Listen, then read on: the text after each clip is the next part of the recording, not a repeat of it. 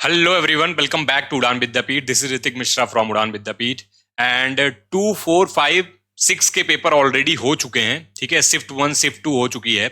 हम देखने वाले हैं कि मार्क्स वर्सेस परसेंटाइल क्या होने वाला है. पिछले 2 से 3 साल का डेटा से डेटा एनालिसिस करके आपको बताने वाला हूं. वैसे तो एक्यूरेट आपको कोई भी नहीं बता सकता कि कितने मार्क्स पे कितने आपके परसेंटाइल बनने वाली है, बट मोस्ट एक्यूरेट आपका जो आसपास रहने वाला है वो आज इस वीडियो में देखने वाले हैं.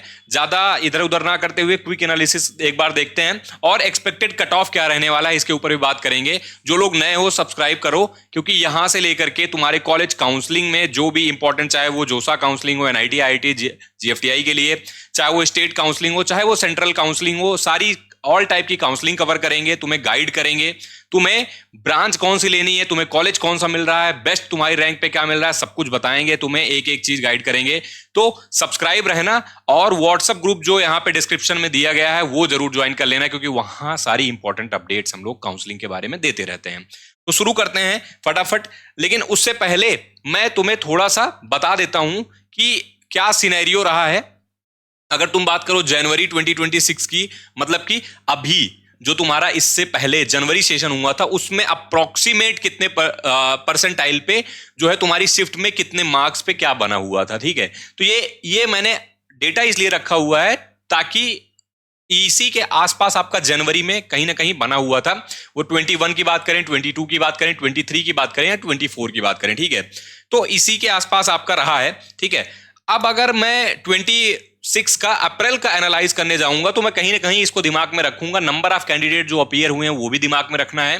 ठीक है, और तुम्हारा जो प्रीवियस ईयर 2025 का रहा है अप्रैल और जनवरी का, उसको भी दिमाग में रख के करना है. तो ये एक आसपास डेटा रहा है अप्रोक्सीमेट. ठीक है, ये जनवरी का है. ठीक, अब ये जनवरी का है और पिछले अप्रैल और जनवरी का और उससे पहले का कंपेयर करके हमने जो एनालाइज किया है, जो किया है, तो सबसे पहले आपका डिफिकल्टी ऑर्डर डिसाइड करता है कि आपका मतलब शिफ्ट इजी है, डिफिकल्ट है, मॉडरेट है, कैसी है. ठीक है, तो अगर बात करें अभी तक ये जो आपसे मिला है मुझे, ठीक है, आप ही लोगों से जो स्टूडेंट पेपर दिए हैं उनके ही बेसिस पे ये यहाँ पे लिखा गया है कि 2 अप्रैल जो है शिफ्ट 1 इजी रहा है और शिफ्ट 2 जो है मॉडरेट रहा है. 4 अप्रैल शिफ्ट 1 मॉडरेट रहा है और 4 अप्रैल शिफ्ट 2 मॉडरेट टू डिफिकल्ट रहा है, थोड़ा सा मॉडरेट से ज्यादा रहा है.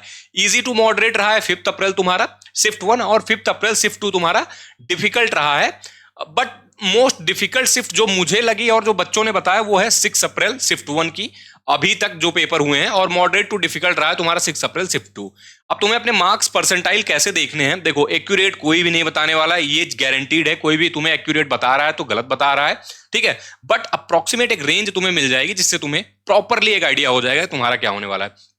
मैंने 3 सेक्शन बना रखे हैं, एक डिफिकल्ट का, एक मॉडरेट का और एक इजी का. अब अगर मॉडरेट टू इजी के बीच में अगर तुम्हें कुछ देखना हो तो तुम इन दोनों की रेंज देखोगे, और तुम मॉडरेट और डिफिकल्ट के बीच में देखना है तो तुम ये रेंज देखोगे. ये तुम्हारी परसेंटाइल है. ठीक है, 99 परसेंटाइल, 98.5, 98, 97.5, 97, 96.5, 96, 95.5. ठीक है, ये तुम्हारा रहने वाला है. ठीक है, और ऐसे करके 95 से 90 तक है. ठीक है, तो 90 तक का डेटा तो अप्रोक्सीमेट हो जाता है, 90 के नीचे थोड़ा, क्योंकि मार्क्स ना बहुत ज्यादा वेरिएशन हो जाता है. अब ऑब्वियसली अगर तुम अपने मार्क्स वगैरह लिख दोगे तो हम उसमें बता देंगे कमेंट में. ठीक है, बट ऐसे जनरली थोड़ा सा वो डिफिकल्ट होने लगता है, क्योंकि जैसे ही 90 के नीचे आने लगता है वो बहुत ज्यादा नंबर ऑफ कैंडिडेट्स बहुत ज्यादा हो जाते हैं, तो उसको कैलकुलेट करना थोड़ा सा डिफिकल्ट रहता है.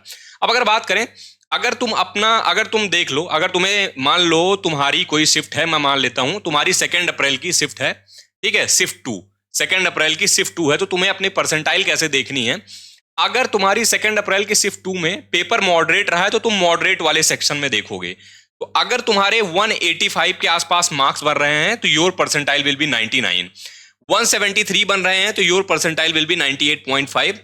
98 तुम्हारे 160 पे, 97.5 159 पे, 97 146 पे, 145 तुम्हारा यहाँ पे, 96 परसेंटाइल 140, 95.5 136, ऐसे करके 94 से लेके 90 परसेंटाइल तक. तो तुम्हें ये वाली रो देखनी है. अगर तुम्हें देखना है कि भाई मेरी शिफ्ट डिफिकल्ट आई है 6 अप्रैल और शिफ्ट 1 का मैंने एग्जाम दिया है, तो तुम डिफिकल्ट वाली, यानी कि मोस्ट डिफिकल्ट शिफ्ट यही रही है, सबसे डिफिकल्ट, इसीलिए मैंने प्लस लगा के रखा है. ठीक है, तो डिफिकल्ट वाले शिफ्ट में तुम देखोगे तो तुम्हारी 99 परसेंटाइल 175 पे ही बन जा रही होगी. तुम्हारी जो 90, अगर मैं बात करूं तुम्हारा कट ऑफ जो है वो कहीं ना कहीं तुम्हारा 105 से 110 नंबर के बीच में क्लियर हो जा रहा होगा, ठीक है। अगर कट ऑफ की बात करें, तुम्हारा कट ऑफ का जो रेंज होने वाला है वो ये होने वाला है, ठीक है। अगर तुम्हारा इजी शिफ्ट है तो तुम्हारा इसके बीच में कहीं ना कहीं 135 से 140 के बीच में, ठीक है, अगर इजीएस्ट आई है तो। और अगर मॉडरेट आई है तो तुम्हारा 115 से 125 के बीच में, और डिफिकल्ट शिफ्ट आई है, सबसे डिफिकल्ट आई है 105 से 110 के बीच में तुम्हारा कट ऑफ क्लियर होने वाला है, इतना मान के चलना, ठीक है।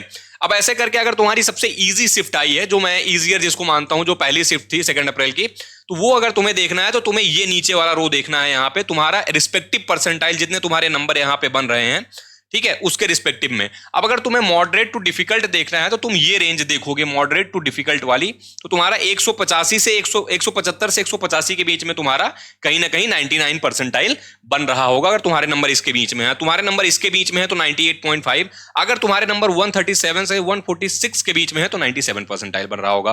Got it.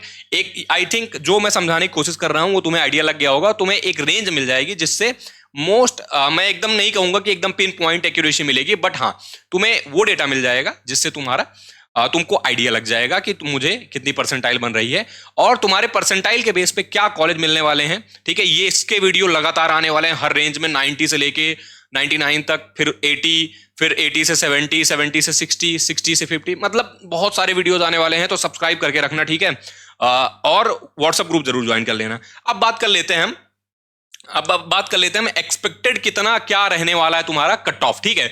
2025 का बात करें, 2024, 2023, 2022, ठीक है, सबका कट ऑफ यहां पे लिस्टेड है, ठीक है। अगर जनरल कैंडिडेट की हम पिछली बार की बात करें 93.1 रहा है, और अप्रोक्सीमेटली मेरा जो अंदाजा है वो 90, according to all the data, this will be 93 से 93.5, ठीक है, 93.5 तक ही रहने वाला है। और सिमिलरली तुम्हारा ईडब्ल्यूएस का देखें तो 81 परसेंटाइल के आसपास रहने वाला है। ओबीसी का भी 80 परसेंटाइल ही रहने वाला है कट ऑफ तुम्हारा, 80 से 81 हो सकता है, 81 से 82 हो सकता है। एससी का कट ऑफ ऑलमोस्ट 62 परसेंटाइल से 63 परसेंटाइल होने वाला है, या फिर इट में मतलब 61 भी हो सकता है, ठीक है, ये माइनस भी आ सकता है। और ये तुम्हारा 46 से 48 के बीच में इसका भी रहने वाला है, ठीक है। इसमें नंबर ऑफ कैंडिडेट्स बहुत कम आते हैं तो इसका एक्यूरेट प्रेडिक्शन करना थोड़ा सा मुश्किल है, ठीक है। बट इनका तुम्हारा जो है जनरल ईडब्ल्यूएस ओबीसी का लगभग कट ऑफ यही होने वाला है, because the similar number of candidate has appeared in 2025 and 2026 in also, and 2024 का तुम्हारा यहाँ पे देखोगे, ठीक है। 2023 और 2022 का छोड़ दो क्योंकि यहाँ पे नंबर ऑफ कैंडिडेट्स काफी डिफर करते हैं, बट 2025 2026 में काफी सिमिलरिटी है। तो इस तरीके से तुम्हारा एक्सपेक्टेड जो कट ऑफ होने वाला है वो इसी के आसपास होने वाला है, ठीक है। एक बार कमेंट में लिखो तुम्हारा कट ऑफ क्लियर हो रहा है कि नहीं हो रहा है, और अगर तुम्हारे कट ऑफ क्लियर हो रहा है तो तुम्हें कौन सा एनआईटी मिलेगा, इस पे ऑलरेडी मैंने वीडियो बना रखा है और बहुत सारे ऐसे वीडियो आने वाले हैं, तो सब्सक्राइब करके रखना, ठीक है। मिलते हैं, उससे पहले तुम ये वाला ग्रुप ज्वाइन कर लो, ठीक है, ये वाला ग्रुप काउंसलिंग ग्रुप ज्वाइन कर लो यार, ठीक है। इसमें बेस्ट काउंसलिंग गाइडेंस यहाँ पे तुम्हें सारी इंपॉर्टेंट चीजें मिल रही होंगी, तो काउंसलिंग ग्रुप ज्वाइन करना मत भूलना, ठीक है। मिलते हैं अगले वीडियो में, टिल देन जय हिंद जय भारत।